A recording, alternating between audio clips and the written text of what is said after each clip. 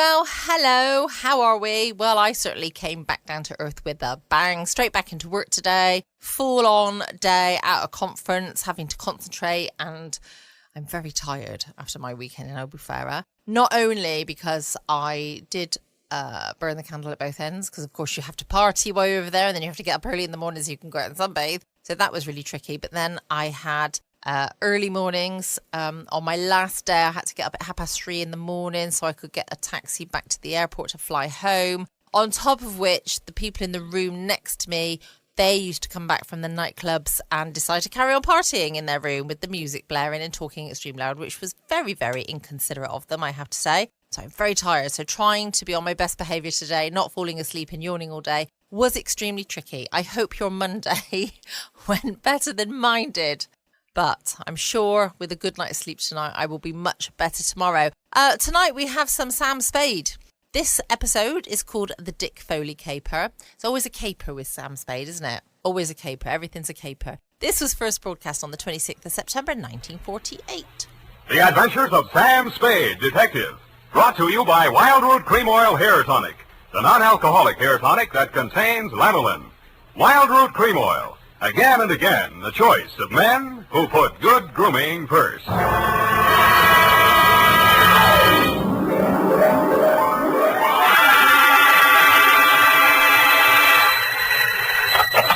Spade Detective Agency. Sam, sweetheart. Any calls? Only one, Sam. Lieutenant Dundee of Homicide. He wants you to drop around so they can get your formal statement. No hurry, not now. He told me what happened, Sam. I'm sorry. Yeah, so am I. I guess he was one of your oldest friends, wasn't he? You don't make any friends in this business, Eddie. You can write that in your book now, and I'll give you the rest of it when I get there. You sound tired, Sam. Wouldn't you rather just, What, baby? well, go home and, just put it off until tomorrow or... Yeah, maybe No, I'll get it off my chest tonight. Stay there, Effie. I'll come on down and dictate my report on the Dick Foley caper.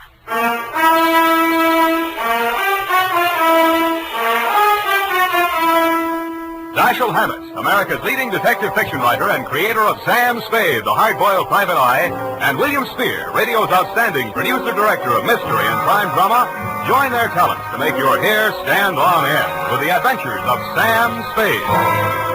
Presented by the makers of Wildroot Cream Oil for the hair.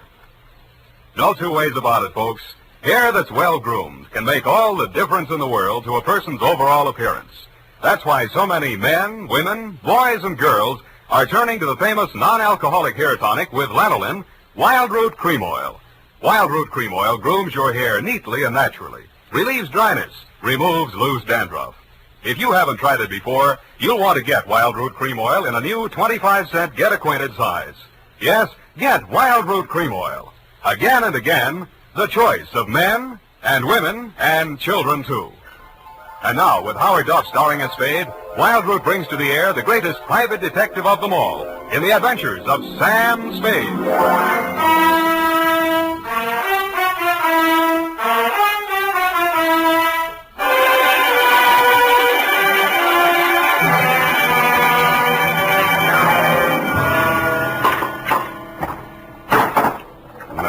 Oh, here, Sam, let me. Am I that shaky? Say when.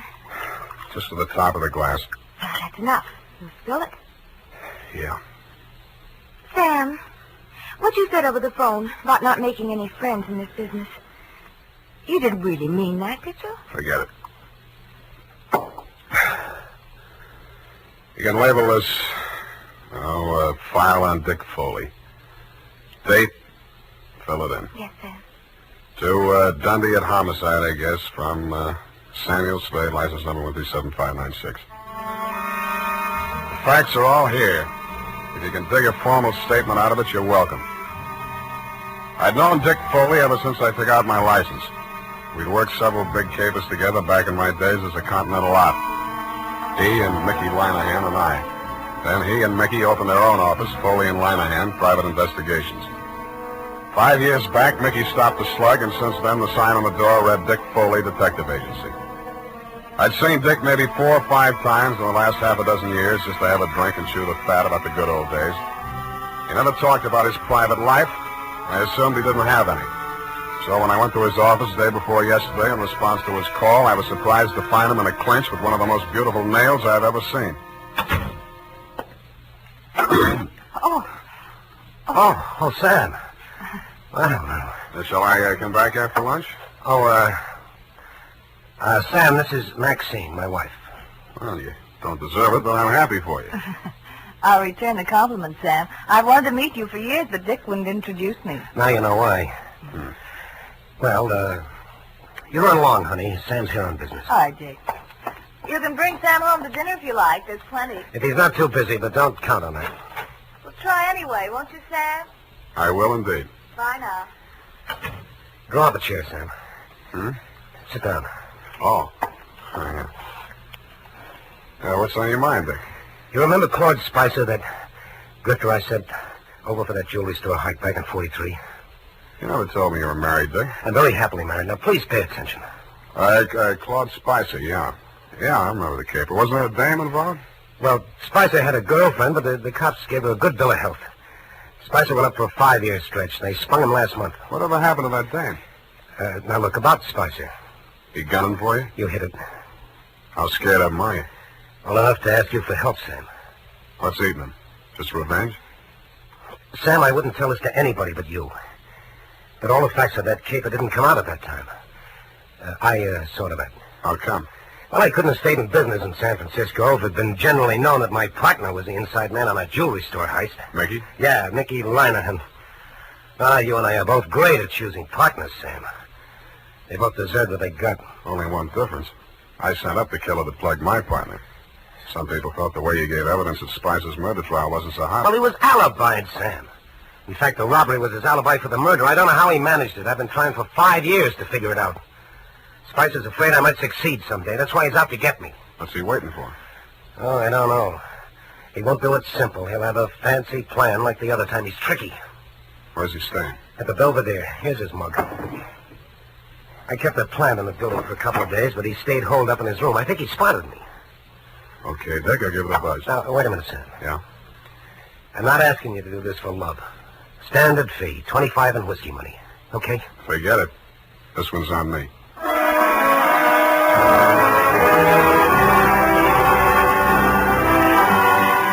the elevator on my way out, I studied a picture of Claude Spicer on the old police circular Dick had given me. But a picture in the back of my mind kept getting in the way. It was Dick Foley's wife, Maxine. When I hit the street, I still saw her face before me, and it was no picture, only pretty as. Sam, I waited for you. I've got to talk to you. My pleasure. Shall we confer in an adjacent cafe? Whatever you say. Only I don't want Dick to know. Well, you shouldn't have married a detective. Please, Sam. How's this? Black watch. Yeah. Looks dark enough. Oh, that booth in the corner, it's secluded. Why not? Slide in. Oh, no, over here, stupid, not facing the street. Oh, sorry. I'm not much good at this sort of thing. Sam, I'm not asking you to tell me what it is, but if he's in really bad trouble, I think I have a right to know. What makes you think he's in trouble? Well, I'm not blind. You can't live with a man and not sense it when something goes wrong. I never thought Dick was the type to show it. Oh, he's tried to hide it from me, and I haven't said anything. I thought if he wanted me to know, he'd tell me. It was a wise thought. Hold on to it. Well, I meant to. But then a terrible possibility crossed my mind. Sam, it isn't me, is it? In what way? Well, you know what I mean. He's been away from home nights so much lately, and he questions me so closely about where I go and who I see and so on, and Well, I may as well ask you right out. Did he hire you to check up on me? Then that is it. No. You're not lying to me, Sam. Why should I? Dick says you're almost his oldest friend. He's talked so much about you. And he must have told you I don't do that type of work. Why do you keep looking at me? Sorry, trying to place you, Maxine. I keep thinking I've seen you someplace before. Oh, it must have been my picture. I was an actress. Yeah. Picture. Yeah, maybe that was it. Why do you say it like that? Like what? As if you were angry with me. Because I just got the caption on the picture. Well, Sam, wait. Come back. Yes, I had. And the caption was from a newspaper circa 1943. And it read, "Actress Lovely cleared in Linehan slaying." I flashed my tin star at the room clerk at the Belvedere, learned that Claude Spicer was in, and stuck around to make sure the clerk didn't buzz the room to tip him off. Around 4 p.m., Spicer went out, very dressed up, umbrella, gloves and all. He walked down Geary to Grant and turned north. A cold San Francisco drizzle sounded blowing up from the bay. I wished I'd brought my overcoat. A half a block up from California, he entered Grayson's jewelry store. I peeked through the rain-streaked show window after him. Inside, pawing eagerly through a tray full of diamond clips while a long-suffering clerk eyed her hopelessly from his side of the counter, was the actress Lovely. Maxine shot Spicer a quick glance of recognition as he entered, but they didn't speak. He took up a pose of gentlemanly patience, shrugged his eyebrows sympathetically at the clerk, and leaned elegantly on his umbrella while Maxine found fault with every piece of jewelry that was shoved in front of her. The bored expression left his face only once. That was when the clerk opened the vault and brought out some unset stones.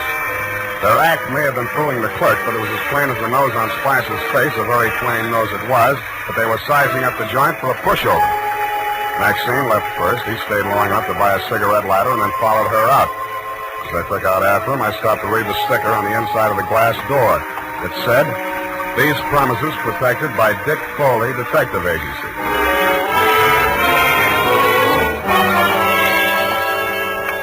Maxine was waiting for him at the corner. I grabbed up a Chinese newspaper and used it to listen behind, but I needn't have bothered. They didn't seem to care. Well, are you happy? Ought to be about $1 million. Why are you so disagreeable? You ought to be feeling good. Feeling good? 5-year stretch, I come out to find my girl married to the joker that sent me up. You didn't think it was such a bad idea at the time. Well, I do now. Well, after tonight, we'll go east, you and me together, baby. He'll catch up with us wherever we go. Oh, you should live so long. How do you mean that? Just like it sounds, baby. Bye. Oh, don't leave. I'm gonna get some sleep. I'll need a clear head. Claude, I don't want to be alone. Oh, not even tonight? I don't want to be alone. See you later, honey. Bye-bye. He went straight back to the Belvedere, no stops. Picked up his key at the desk, no messages, took the elevator to the 8th floor. Let himself into room 809, hung out the Do Not Disturb sign, closed and locked the door behind him. I kept a plan on it till around midnight. Then I lifted the Do Not Disturb card from the doorknob and wedged it into the crack of the door.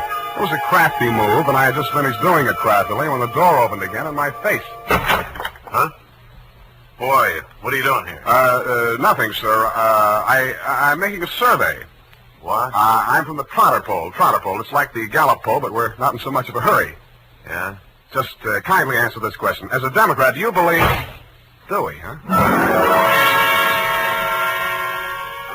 I picked up the Do Not Disturb card and wedged it back into the crack of his door. As any house dick knows, except, of course, Tiny Stover, the night paper at the Belvedere, if anybody opens the door like that, the card will fall out, and somebody will always hang it on the knob. Another thing Tiny doesn't know is never to draw to an inside straight. We played 9 different kinds of poker until 5 a.m. when I thought I'd go up and have another look. All was quiet on the 8th floor. From the elevator bank, I could see room 809. The morning paper was shoved under his door, and my Do Not Disturb sign was apparently where I had planted it. I tiptoed up to make sure. Huh? Boy, what do you want? Me? The paper boy, sir. Your morning paper. You get around. Well. Good news in the paper, sir? Interesting. Jewelry store heist up on Grant Avenue. Oh, yes, sir. Our paper only comes... What? I grabbed the paper from under 805. It was the headline I could have expected if Spicer had left his room without my knowing it.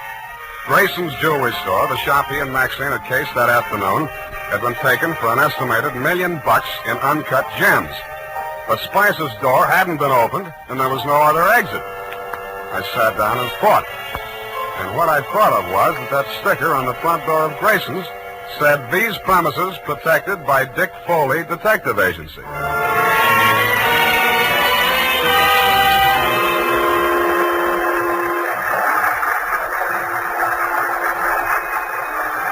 On the 6 a.m. Oakland ferry boat felt its way blindly out of a slip. Claude Spicer was aboard, and so was I. Should have been getting lighter, but it wasn't. The fog was thickening over the harbor, and most of the passengers were inside drinking coffee. Spicer didn't go in. He climbed up to the boat deck and stood at the rail under the pilot's house. I planted between two wet paint signs and waited. Not for long. I couldn't make out any features of the man who came up and joined me. They stood face to face, not more than a foot apart, and talked in voices that couldn't get to me through the racket of the foghorns in the harbor. What spoke loud enough for me to hear was a gun. They seemed to fall into each other's arms and collapsed in a heap on the deck. And when I got to the spot, only the dead one was there. It was Spicer. The other man had disappeared around the corner of the deck house. A ray of light from the pilot's window swept over him, and I saw a gunmetal shine in his hand and then spin out over the rail as he threw it. What? Oh, it's you, Sam. Oh, I was afraid you'd lost him. What did you do it for, Dick? I had my reasons, Sam. Now, trust me, I'll keep you in the clear. How long? As long as I go on playing sucker for you? What do you think I hired you for? Maybe I was supposed to say you killed him in self-defense. Maybe I was supposed to see him making passes at your wife if you needed that. But, Sam, you've got I've worked for killers before. I've even worked for thieves, but not for a detective that knocks over a place he's supposed to be protecting. Sam, it's not as Save simple. it for the cops, Dick. I'm turning you in when we get to Oakland. No, you're not, Sam. Dick, come back here. Let go of me. I'm going over the side. If you try to stop me, you're going with me.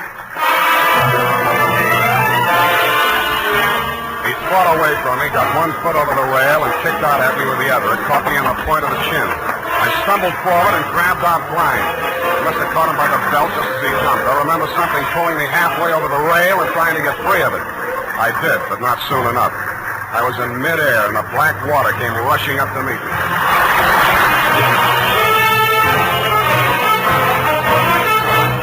The makers of Wild Root Cream Oil are presenting the weekly Sunday adventure of Dashiell Hammett's famous private detective, Sam Spade.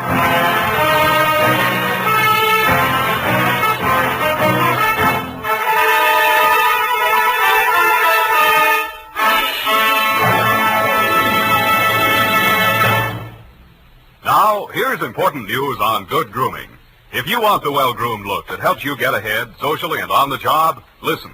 Recently, thousands of people from coast to coast who bought Wild Root Cream Oil for the first time were asked, how does Wild Root Cream Oil compare with the hair tonic you previously used?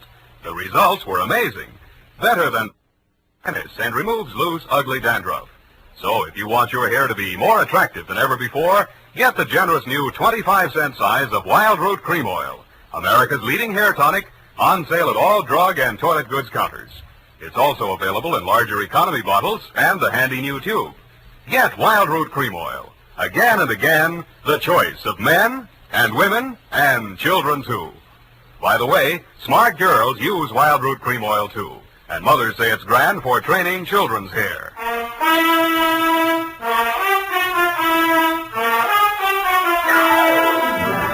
And now, back to the Dick Foley caper. Tonight's adventure with Sam Spade.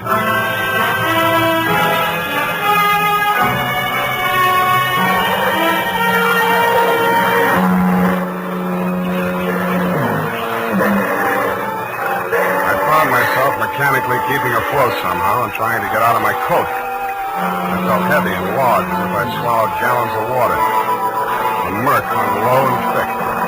There was nothing else to be seen anywhere. I swallowed what felt like several more gallons before I got rid of the coat.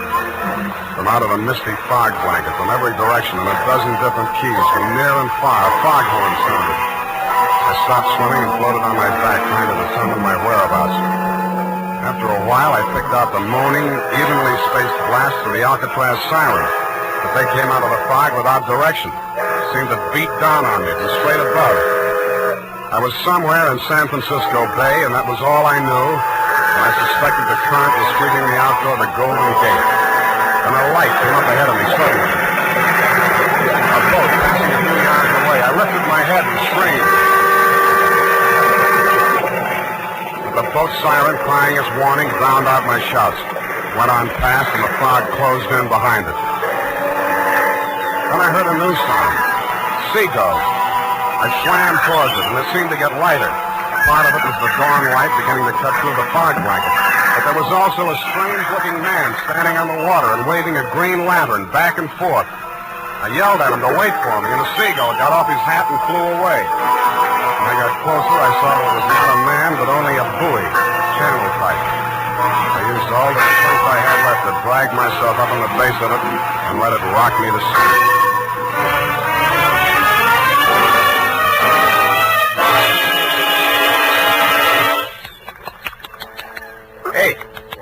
mate. Pour some more of the brandy into him, Gus. Yeah. Here. Get some of this down.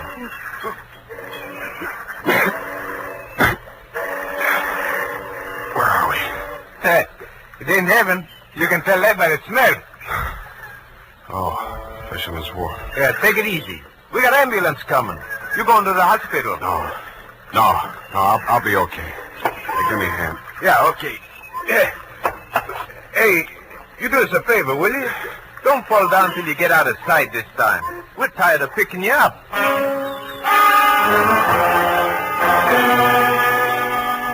I thanked the two kindly old fisher folk for their interest in my welfare, trotted up the pier, fell into a taxi, and went home.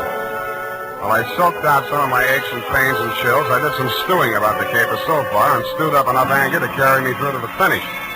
I checked the Coast Guard for news of Dick Foley. They told me his body hadn't been recovered yet. I got dressed and went over to his office. The cops hadn't been there. I went through the file cabinet. And what I found on the Foley private had me so interested that I didn't hear Maxine come in until she closed the door. What are you looking for? You, baby. I'm for you. Sam. Come here. Oh, Sam. Nice. Oh, you dirty... Now, don't be mad, Maxine. A gun makes a woman bulge in the wrong place. It's not my gun. We'll see. Sam, Shut up. Now, starting with the rap Spicer went up for, the same pattern. The way you worked this one tells me how you worked it the first time. You get something on a private detective. The first time, 5 years ago, it was Dick's partner, Mickey Lanahan. I don't know what Spicer had on him, but I do know he forced Dick to knock over Grayson's jewelry store last night. I won't listen to you. Okay, I'll talk to myself. I'm not saying you killed Mickey Lanahan, but Dick did frame an alibi for you, didn't he? Didn't he? Oh, you're hurting me. Good. Try spending a night swimming around in circles in the middle of the harbor sometime. See how you like that. All right, it's true. Dick did help me out of that old jam. I'm not ashamed of it. I'm proud our love was that important to him. No, Spicer. That same old double-cross, only this time I'm standing where Dick did 5 years ago. Dick was set up as a patsy the same way Mickey Lanahan was, but he got smart and pulled the trigger first. Stop it. Stop it. Where did that hurt? You fool. I love Dick. Yeah. I loved him. That's something you can't understand, but it happens that way, no matter what people are. You sound as if you really mean that. But you're a little late, aren't you? He's not dead, I'm sure he isn't. If he's not, he's really in trouble. What do you mean by that? I found something here in the files that Dick left, just in case Spicer got to him first. What is it? A confession to Mickey Lanahan's murder. That's impossible. Were you there? What are you going to do with it? Turn it over to the police. But if he's still alive... It still counts, unless he shows and revokes it, but I don't think he will. Why? Because I won't back up a self-defense plea on the Spicer shooting. But you were Dick's friend. You were his friend. I wouldn't ask him to do it for me. Then what can I do for him? I'll do anything at all. Well, if he stays away, he's as good as dead. If he comes back, you'll get a jury trial. And if there are more men than women in the panel, he'd probably be acquitted on your testimony alone. Do you really think he might have a chance? For the jury, there's always a chance. Well, where is he? How can I get word to him? Well, if he's not fish food by now, there's one sure way of smoking him out. Something I can do. Nobody else. Oh, please, tell me anything. Sign a confession of your own. Confession? Not Mickey Lanahan's murder or anything that might nail you for. Swear that you shot Spicer. Now, you can always renege. Make both of you look good, sacrificing for each other. How about it? All right. Tell me what to write. I did. She signed it. I had Effie dispatch it to all the papers and news services, and then I brought it down to the hall. Naturally, you didn't believe a word of her confession, Dundee, but when I took you aside and explained my stratagem, you endorsed it heartily and had her booked. She pressed my hand and thanked me. The look of resignation on her face was so real it was hard to believe she was faking. When she turned her back to follow the matron down the corridor, I saw why. On the back of her coat, there was a smear of white paint. I remembered the wet paint signs on the Oakland ferry boat. Dick Foley gave himself up an hour after her confession hit the street. Screamed and yelled at everybody in homicide, trying to convince them that Maxine was innocent and he should take the full rap. And I'm afraid I cleared that when we confronted him with the autopsy surgeon's report. He tried to bluff even then when he read it. Pellet A ended right side between third and fourth ribs, penetrated left lung. Pellet B, pleural membrane, side wound punctured. Well, so what, Sam? All three on the right side, angling up, you see? No! I don't know why. You even saw me on that boat. You saw me throw the gun over Oh, it. cut it out, Dick. What I saw was in the dark. But you two men were facing each other directly. If I were going to drop a man fast at close range, face to face like that, I would not put the gun in my left hand, twist it around, straining my wrist in the process, and pull the trigger with my thumb. Unless I were left-handed, double-jointed, and a trickier shot than you are. I'd blast him straight through the middle. All right. All right, yes, it was Maxine. Well, that's good. Maybe you can get cured now. Why don't you open up some more? Let me put it down like it was business. All right, sir. Number 1. Maxine killed your partner, Mickey Linehan, 5 years ago. Probable motive to eliminate him and send Spicer up for it. Yeah, she didn't figure on Spicer being smart enough to confess to the robbery, and that alibied him for the murder. 2. You perjured yourself to clear Maxine of the murder. Motive? To prevent the truth about your partner from coming out, and Maxine. Was motive enough for anything. Cut it out, will you? Sorry. 3. Spicer forced you to team up with him in the jewelry heist. How? Well, he threatened to make a full confession as accessory to Mickey's killing. That would have put the whole works on Maxine and leave him in the clear. Yeah. Can't be tried twice for the same crime. 4. You decided to rub out Spicer whether you could beat the rap or not and clear the books once and for all. So you pretended to play along with him, told Maxine to do the same, and called me in as umpire. Yeah. Sam, I'm sorry. Why couldn't you lay off Maxine? Why did you have to... Oh, I thought you were my friend.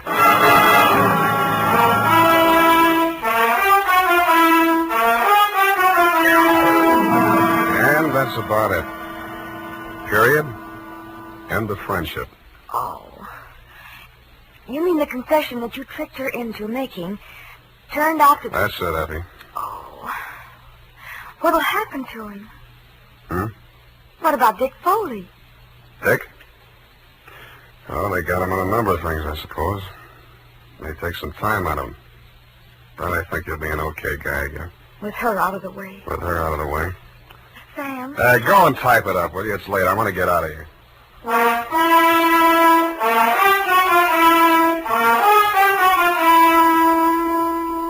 And now, listen to this. When it comes to hair tonics, the best friend of the family is Wild Root Cream Oil. Wild Root Cream Oil grooms the hair neatly and naturally, relieves dryness, removes loose dandruff. Now, you can get America's leading hair tonic in the new 25-cent get-acquainted size. Also, ask your barber for a professional application of Wild Root Cream Oil Hair Tonic. Again and again, the choice of men and women and children, too. Well, here it is, Sam. I know how you must feel, so I won't... What's your hurry? Well, I thought, well, you know how you always feel. Look, sweetheart, Dick Foley was a private dick. So what? You mean you can bring yourself to talk about it? Sure. Go ahead, try me. Well, Sam, it seems terribly complicated.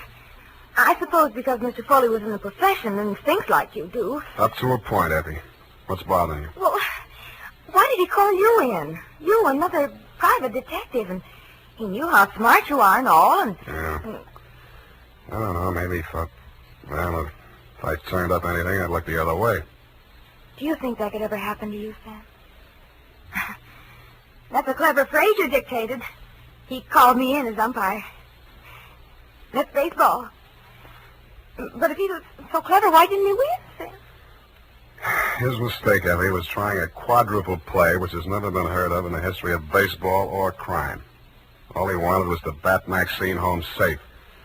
But it usually figures when 3 men are out, the side retires. Oh, well, I don't understand baseball, Sam. That's all right. Football will be here soon anyway. Oh, but I don't... Good night, Livy. Good night, Sam. Good night, sweetheart.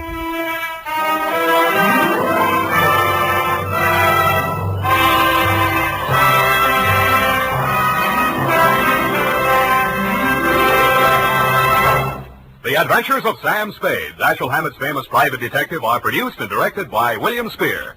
Sam Spade is played by Howard Duff. Lorene Tuttle is Effie. The Adventures of Sam Spade are written for radio by Bob Tallman and Gil Dowd. Musical direction by Lud Gluskin, with score composed by Renee Garrigang.